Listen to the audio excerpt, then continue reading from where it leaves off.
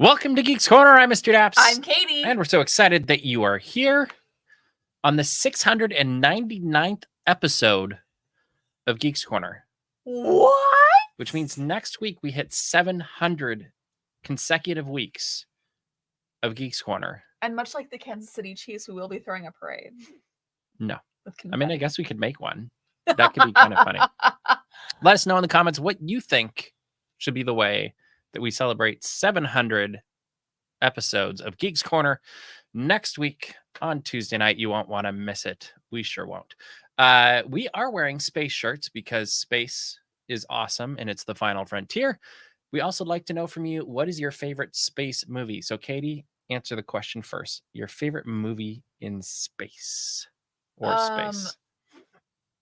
Okay, so I don't have a favorite space movie because I can't think of any, but I do have a favorite space play, and that is something called Space Beagle that once happened at Knott's Berry Farm, specifically in Camp Snoopy. It was an entire play, a little skit, if you will, about how aliens asked Snoopy to go to the moon because Charlie Brown found out that the Moon Men had drawn a picture of Snoopy. And where did they draw it, you might ask? On the moon, which leads Charlie Brown to do a little rap segment where he says the Moon Men drew a picture of Snoopy on the moon. And I have not stopped saying that for 5 years. It is very true. Whether something with the moon comes up, Snoopy comes up, you can almost guarantee that quote is going to come up as well. We did see, was it 5 Snoopies? 5 Snoopies. At the Houston Space Center this weekend, which was very fun and so happy. Totally suggest going there if you ever get the chance and you're in the neighborhood. I'm going to go with Star Trek 2. Oh, those are obvious space movies. I was kind of like, there's Star Wars too. Yeah, whatever. Like, I was thinking about like real space. Yeah, it's okay. It is real space. It's just not real ships. Real I'm also thinking of Apollo 13. I'm also thinking of Space Camp. What's that? A bunch of kids going to space camp.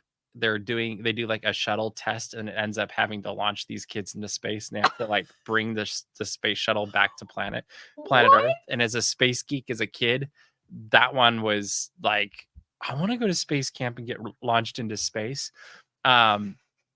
It was weird because if I recall, it came out between the two shuttles having their issues and not coming back. Like it was after Challenger, and I can't remember if it was before. Was it Columbia, the second one? I think Columbia's the second one. Which is sad because that was the first one. But that was 2003, so there's a lot of space between. Yes. Yeah. There's a lot of space in space. There is a lot of space in space. Yes, you are right. Yeah. But no, Apollo 13 be great. No, I don't think Tom Hanks is a Disney legend yet. I think he needs to become one, and that should happen at some time. So Bob Iger, we know you're watching. Let's make it happen this year, huh? Yes, Fast and Furious when they went into space, that does count. That space is space. It all counts. And you know who's in space? Family. I've never seen a Fast and the Furious movie. But that always comes up, it seems. But I do know they are about family. And I know they went to space one time. There you go. I also know it's been a long day. Do you know what else is in space? What? The Phantom Menace. Wow! Which in May will be coming back to theaters. This is just totally off the top of my head. It will be coming back to theaters for its 25th anniversary, which is really funny because I can remember staying up till midnight with my best friend Seth to watch the Phantom Menace in theaters. And where were you? Minnesota, and it was cold. Like we waited out in this middle, I think it was in Hermantown. And Hermantown. Yeah.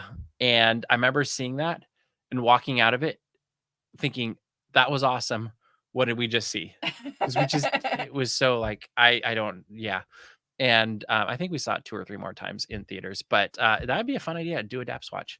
And, but it's hard to believe it's been 25 years, and there are very few things that beat seeing Star Wars on the big screen. So everybody should go and see Star Wars: The Phantom Menace when it comes out. I think it's May 3rd.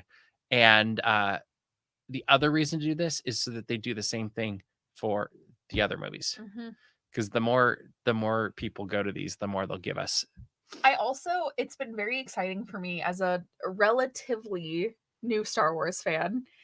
It is coming up on like 10 years since I've seen Star Wars for the first time, but I still feel like a relatively new because I came in around the sequel trilogy. It's very fun for me to see these movies that I've never seen in theaters before in theaters for the first time. Yeah.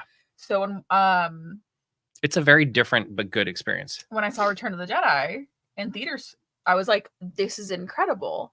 And so I'm very excited. I really, really hope that episode 3 ends up on the big screen because that would You want to see the high ground on big. I do. Like, it's over, Anakin.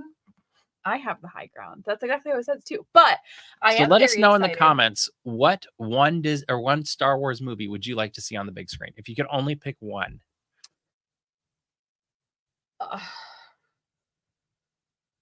I'm stuck between Revenge of the Sith and Empire Strikes Back. Okay. Not Attack of the Clones though. Okay. I will say though, the Phantom Menace does have probably one of my favorite quotes from Star Wars. Which one? Now that's pod racing. Oh yeah, that. I'm gonna go with Clocky. I think A New Hope is the one I'd like to see on the big screen again. I think, and I'm gonna say something, and you can all attack me. It's fine. I would say A New Hope, but I think I'd fall asleep. Not on the big screen. It'd be great. I think I'd fall asleep. Something that wouldn't put you to sleep though is seeing the Super Bowl MVP make his way down Main Street while the entire parade route yesterday, after a nail-biting win on Sunday night. But Patrick Mahomes and his family went to Disneyland yesterday, continuing a tradition that goes back to 1987 when a football player was asked at the end of the Super Bowl, "You just won the Super Bowl. What are you going to do next?" And at the time it was, "I'm going to Disney World." And since then it's been Disney World or Disneyland every year. Well, not every year, but for the last 2 or 3 decades. What do you think of the celebration? What do you think of Patrick Mahomes, if you want? What do you think of how many people show up for these things too? I think it's fun because I think it's like seeing a slice of history. Because at the end of the day, like there is only one Super Bowl winner, and you get to see at least the MVP. Mm-hmm. I always really like when the MVP gets to have fun around Disneyland, especially when like Patrick Mahomes, they have younger kids.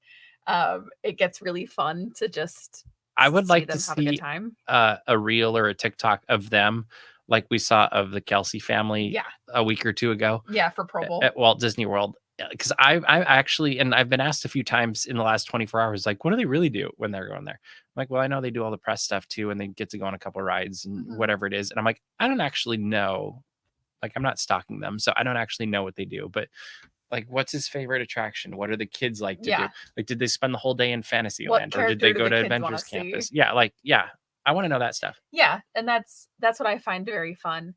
I also just love when they seem like they're genuinely having a good time.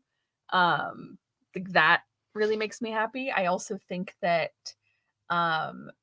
yes, going to Disney World is super cool, but it also feels 10 times bigger at Disneyland because everybody's jam-packed. Yes, our park is smaller. Yes, our castle's smaller, but it makes the celebration feel that much bigger and more exciting. I also think there's just more people to attend something like this at Disneyland quite often because it's more local based. Yeah. And when you have more tourism based, you're then giving something up a little bit more. Oh, there we go. Teacups. But you have the ability to pack in the cavalcade at Disneyland perhaps a little bit more than Walt Disney World. And maybe that's why you always see the same spots on things too, is because they know that's going to be the busiest part of the cavalcade. But for Walt Disney World, I mean, but no, I love this tradition. I think it's a blast. And it's always fun to see how it plays out. Yeah. I think quite literally. Also, that whole thing solidified why I don't watch football. that from really boring to incredibly stressful, and I didn't like either of those feelings. So There you go. But what we did like, well, I'm assuming we both liked, is during the Super Bowl, there were trailers that came out. One of them being for Wicked, which was coming out as a 2-part movie, which I'm a little bit baffled by because the musical's, I think, long enough. Les Mis wasn't even a 2-part movie. Yes. And Les Mis is genuinely the longest musical. It's like 4 hours. Yeah, it's pretty long. But you've seen Wicked. Multiple times. Okay, yeah, we've both seen Wicked on stage. Yeah. And I don't think it's too long. No. Like, but I also think if it was any longer, I would think it's too long. Mm-hmm. Like, it passes the watch trick. Like, I don't look at my watch during it, but if it was any longer, I think I would. And now it's going to be 2 movies that are, I assume, over 2 hours each. Yeah. So I don't know if there's that much content for this. I'm also curious to see where they split. Well, I know where they'll split it up, but I wish it was one movie. What did you think of the trailer though? Which I think is covering both movies. I think so too. Who do I have to call to make movies lighter? Movies don't need movies don't need to be dark. We hire people to like these movies, yeah? Why am I doing that? Huh? It's like, funny enough, there is an Ariana Grande meme where she like doesn't have her glasses on and she's like this. Yeah, that's how I feel trying to watch these movies. Anyway, I will say, in case you haven't figured it out by literally everything about me, I was a huge theater kid. That's why I had no friends. I still am a huge theater kid, and when I see Wicked on the stage, I think I've seen it 3 times. I will cry at the end of Act 1 every single time. Then I'll cry in Act 2 because it's just I love it. So the trailer. Yeah, I don't like the Skrulls at the end. Yeah, well, maybe somebody did. I didn't care for it. I think my favorite thing was that we texted a friend who is a music director and is very familiar with all these things. It was like, well, it's Cynthia Erivo. She can do whatever she wants. And then 12 hours later, watches the trailer and goes, well, that was definitely not a Broadway approved opt. Yes. I will say though, I was expecting not to feel positively about it, but I genuinely loved the trailer and it made me very excited for the movie. I wish it wasn't 2 parts. I just wish it wasn't 2 parts. So I'm going to add to that. I was pleasantly surprised by it as well. Definitely wish it was just a single movie. Yeah. Also because, like, what are they trying to be? Lord of the Rings? Like, that's just not going to, maybe they're pulling from the book more, which I have read the book and I have not. I still think I'll let you borrow it. Sure. But the thing that's going to drive me crazy if they do not fix this is a lot of the scenes to me looked very digital. And that to me is an almost unforgivable sin in this day and age. Like, to me, that was one of the things that really bugged me about Doctor Strange and the Multiverse of Madness is I'm like, I should not feel like I could put my hand through this and have it all be like squishy because it just doesn't look solid. Well, and at the end of the day, this is based off a movie that was made in the 30s. And if they could do it. It looked better in the 30s than this trailer. Yeah. Like, it looked more real. I want it to look everything's real. Practical. I do not want it to look CGI. And there is a lot of things that they could have made it practical. It did not need to be CGI. So. And I'm curious too, since I see talk about the book in the chat, is the book actually goes deeper on some things and hits some themes that are I don't know, more adult in nature. Yes. And I'm curious if they're going to pull some of that in to lengthen it and add some more depth to the characters and whatever, which would be an interesting choice, but it'll be interesting to see. Like, I'm hopeful for it, but I'm also a little bit worried because it's just a lot of movie for a musical that doesn't have that much story right now. I don't think. I'm also worried because you put Dorothy in the trailer. I'm very concerned that maybe part 2 is going to focus on more of the Wizard of Oz part. But I'm like, that's just the Wizard of Oz. Wait, can we talk about the Wizard of Oz? Sure. What did you think of the casting? What are you talking about? Who was the wizard? Oh, like the literal Wizard. Yeah, the Wizard of Oz casting. It was Jeff Goldblum, correct? Yes. That's kind of amazing. Brilliant. Pay no attention to the man behind the curtain. I think especially for what the Wizard of Oz does in Wicked And he's a specifically. brilliant musician. I don't know about his singing voice, but I know he plays jazz piano up in a club pretty frequently. I've had a friend that's gone and watched him multiple times, and I just think for what I think that bodes well. What he does in Wicked, Jeff Goldblum is such great casting. Yep. For the film. Yep. It kind of fits that like persona and that air about him. I actually felt better about almost all the casting after watching that. I was like, I'm okay with most of this. There was a leak not too long ago, a couple months ago, I think, of Ariana singing on the set, and that also made me feel better because she was fine. In case you didn't know, she actually did get her start on Broadway in a musical called 13, so she actually is theatrically trained. But I was worried that it's been 20 years. I was afraid that she had like lost some of that vocal training because if you don't use it, it's like you do riding lose a it. bike. It's really not, but I'm pretty confident that she's going to sound fantastic. I'm hoping that the Defying Gravity Skrult is just a choice, or maybe something that's just in the.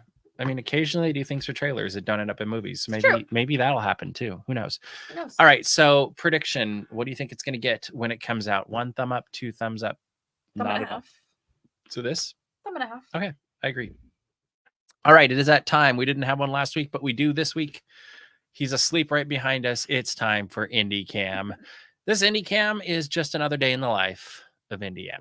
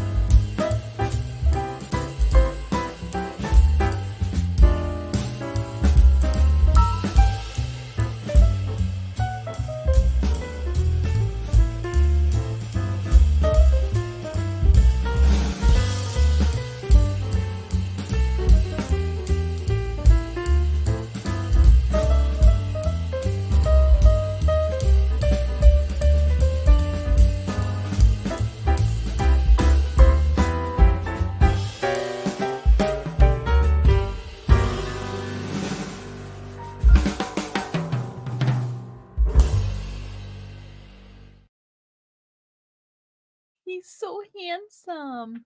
I think my favorite thing about all of that is he's extremely like mindful when he's scared of something or someone. He's very mindful of how he walks around them. So he's kind of tentative around the big dog because he doesn't know what to do. He also does it around our oldest cat. He's 15 years old. His name is Dusty. He's very scared of Dusty because Dusty will swipe you on the nose.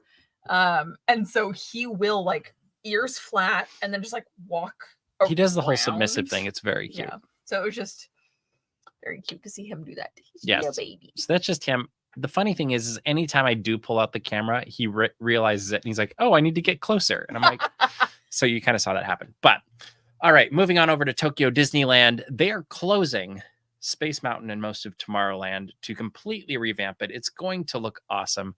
It looked like when I was there, they're actually just going to build another one behind the current one. And then, so before that happens, they're allowing people to have the opportunity to experience and ride Space Mountain one more time this spring. So they're doing special events for this. And I actually think this is one of the coolest things I've seen because you're taking away a classic in a way. Mm-hmm. You're probably going to get something very similar, if not miles better. Mm-hmm. I don't know. What did you think of this celebration? Sorry, I'm on the phone at Disneyland to see if they're taking notes. You think they're going to get rid of our Space Mountain? Oh my gosh, Clocky and I said the same thing. No, I think all of Tomorrowland needs to be redone. Oh, okay. All of it. I thought. I wouldn't mind our Space Mountain staying the same. Like the building can stay the same, all of that. I think the queue needs to be revamped in Anaheim. And I think that everything else in Tomorrowland. And what would you like a future Tomorrowland to look like if you were in charge? I don't think it should be something based in reality of the future. I think it should either be like retrofuturism, so kind of like that 50s retro style. Like think about how Tomorrowland was when it opened, of like, this is what the future could be. But I don't know. Like I think that there's something very fun about that kind of style of like the 50s button space. Or you could always go like water features and see, and that's the way I think it should go. And you've heard me say this before, is it should be retro futuristic with water everywhere and plant life everywhere. And so it's almost taking the retro futurism and mixing it with the elves from the Lord of the Rings, how they live basically with and within nature. And I think there's a really cool thing where you could you kind of have the environmental factor of like, oh, we've become one with nature again and we're working with the land, as opposed only to then yes we'd be living with the land. But I think you could do that connection and you can make it look really cool, and it would be so not what you see anywhere else, that the timing wouldn't, like the style maybe wouldn't matter as much because it would just be so unique. Like think waterfalls and vines and stuff coming off the interventions. Like you could use the current building structure and just give it a facelift. And I think it'd totally work. Love to see, and listen, I know I'm a broken record. I know that you've heard people say this before. I would love to see the People Mover come back. 2.0. And I would love to see it in the original track. No. Oh. The track could be redone. Like it could go the same route. So what do you want to see? The original vehicles. Oh, okay. Not the vehicles that Magic Kingdom has. Or new versions of the original. But a nod to... Yeah, give it that style. I think that skyline is something so iconic and beautiful, especially if you're going retro-futuristic. That is a nod to Disneyland's past that I think would fit. And you have it go through a waterfall. Wow. Well, kind of like, in Thunder Mountain. Where I was thinking the same. Like the curtain parts. Or they could do a mix between, Moana. And that, where as it comes up, the water just parts for you. I think that'd be super cool. Yeah. I think Incredibles totally works as well. 100%. And Bailey's right. Keep Space Mickey. Absolutely. Or put him in a better place. I was going to say, in some capacity. Just don't get rid of him, because you will have angry letters. So you've seen the concept art for Tokyo Disneyland Space Mountain or Tomorrowland, right? Mm-hmm. I love that look. Mm-hmm. Like, I think that is, you could do that everywhere. Yeah. And it'd be fine. Can you imagine them doing that here though? No. I can't either. No. One, because I think Tokyo likes to be unique, but well, there's that. I definitely think I think it's good that Disney owns all of these parks, but I think there's definitely a difference in where funding can come from with stuff like this. So there's just kind of more possibility sometimes. Yep. Meet the Robinsons. You're correct. There's also a Tomorrowland reference in Meet the Robinsons where they fly past something that says Todayland. I wouldn't mind that either. But no, I also think that maybe that's going to fit the entire overall vibe of Tokyo Disneyland, where if you tried to do that at the original Magic Kingdom, maybe things are going to be lost in translation because the stuff surrounding it doesn't fit that same feeling. Does that make sense? Partially. I'm trying to decide if I agree with you or not. Okay. Tokyo Disneyland is such a hodgepodge. Fair. And it's to me, it feels much more like Magic Kingdom in Florida than here. Okay. But then you go into the, Bell's Village or whatever, Beauty and the Beast area. And that feels very new Fantasyland to the next level, whether it's in 1984 here or in Walt Disney World a few years ago. And so I do think, I'm trying to think of the sight lines. I do think they could pull it off. I don't know that they would, because I think the risk here or here. I think they could do it. I don't know that they would though, because I actually think you'd be better going a different direction here Mhm. that does lean into the past instead of the future. Because the Tokyo Disneyland one does feel very futuristic, and that will be interesting to see how that ages, and it'll probably age just fine. Um, just because it is so different. But I kind of like the idea, or like the thing that Disney's been doing, especially at Disneyland the last few years, is reaching in and pulling out the nostalgia and that legacy and really leaning into that.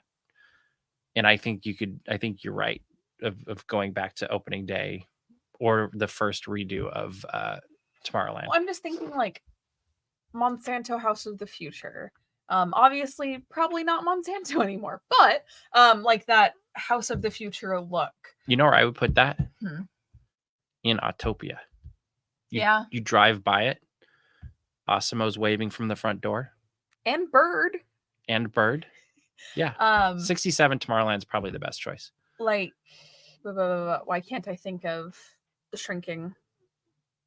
What was that attraction called? Adventures Through Inner Space. Like that style. It's also like very the optimism towards we're gonna put a man on the moon type. I think capturing that, which is what makes the original Tomorrowland and the 67 Tomorrowland so special, is it's like that was before we put a man on the moon. It's the what could be. Yeah, like that was like such an optimistic time about space and space travel and all of these things. Which is also something I've always appreciated traditionally about Star Trek too, is Yeah. the optimism that the future is better than today. Yeah, And I think they've lost that a little bit in some ways, but that's a different that's a different show. All right. There's lots to talk about with Tomorrowland, but we'll have to come back to it on another day. Because we learned today what Tiana will look like when Tiana's Bayou Adventure opens this summer at the Walt Disney World Resort and then later this year at Disneyland. What do you think of this animatronic that we got to see? It's not rear projected. Right? Yay! It looks like it's using the same technology that they used in Tokyo. And for Hondo and for Shaman, which is an excellent choice. I think it tells stories in a much better way. I think that rear projected animatronics can serve a purpose, but I don't love it on people animatronics. There's an Amber Alert. Sorry, my phone is going crazy. I just don't think, like, when I do Frozen Ever After, I don't love that Anna and Elsa are rear projected. It just doesn't feel right to me. So this feels like Tiana came directly out of her film and she's like, I am here for this attraction. I also think she just looks so darn precious. Like, I just got so excited to see her in the attraction. Yeah, I love it. I cannot be more excited about this. And she's not the only one. Yeah, like there's more. There's Naveen and some of the other main characters, Lewis and Mama Odie, that will be in the attraction. That will be a lot of fun. And a bunch of animals playing instruments they built from natural things in the Bayou. But no, I thought they did a fantastic job with her. My first thought seeing the video was like, dang, they took what they did in Tokyo, which was amazing with Belle, and they brought it over and used that technology on Tiana. And I think that's going to be a highlight of this attraction. And I'm wondering if it's going to bring in even more people than anybody imagined, because now you're already taking a fun, somewhat thrill ride, and now you're adding some of the best dark ride technology to it. And that's going to be a heck of a thing. Especially when you think of that many, that means there's the repeatability, I mean, and then you got the music and the art and all that stuff too. Like, I think it will be interesting to see how this is received, but I'm predicting there's going to be some pretty long lines even on rainy days. I don't even know that the first time I ride it, I'll be able to process everything. The great thing will be that the track is most likely the same. It's probably going to go the same route. So that probably, who knows? That I hope, will be the same. So that's not a surprise to me. I know what to expect there. That way I can focus on the original music. I can focus on the story. I can focus on what there is to see.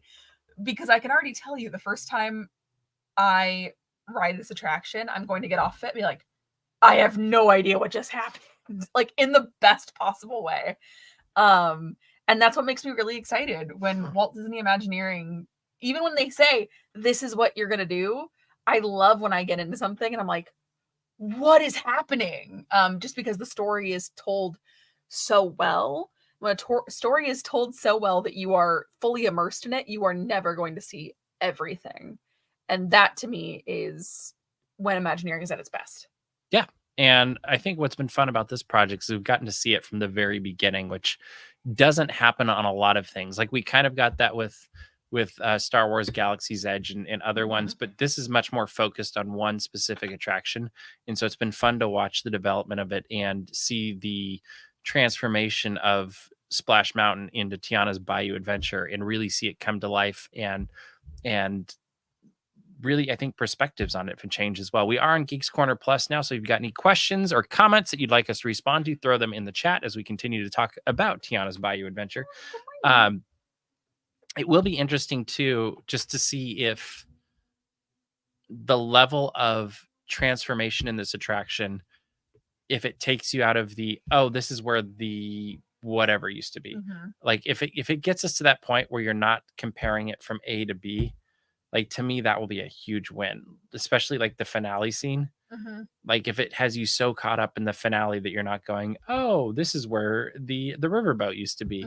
I think that would be a major win for this. And I think it's gonna be a blast to go on. Probably won't go on till Disneyland, but who knows? But time will tell, I guess, right? Yeah. I'm like I said, I'm very excited. I'm always excited when it's almost obviously getting a brand new attraction, a shiny new attraction is very exciting, but there's definitely something interesting about like I know what this space was before. To me, web slingers.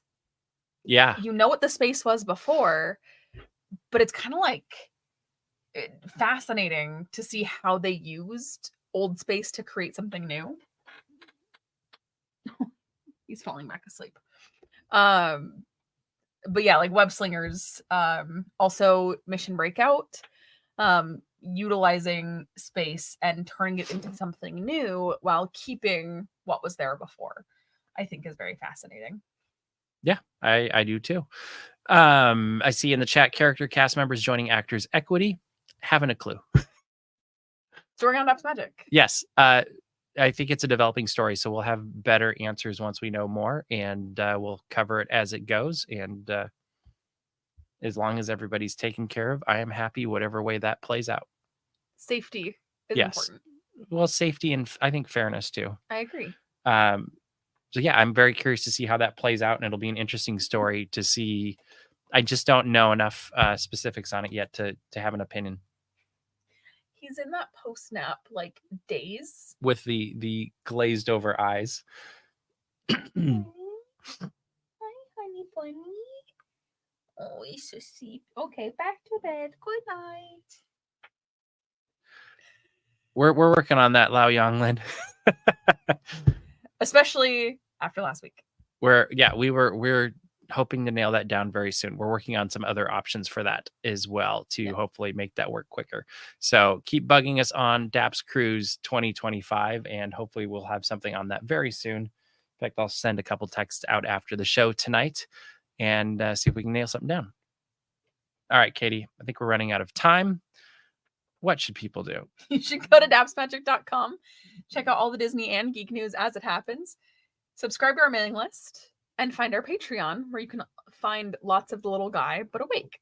That is true. Also, make sure to subscribe to our YouTube channel. We've got a ton of videos going up, and that includes, we'll have some concert videos from Celebrate Soulfully this weekend and next weekend, as we hear a bunch of gospel singers and choirs, I guess, singing at the Disneyland Resort. But that is all of the time we have for you this week. So we will see you round the corner. Bye.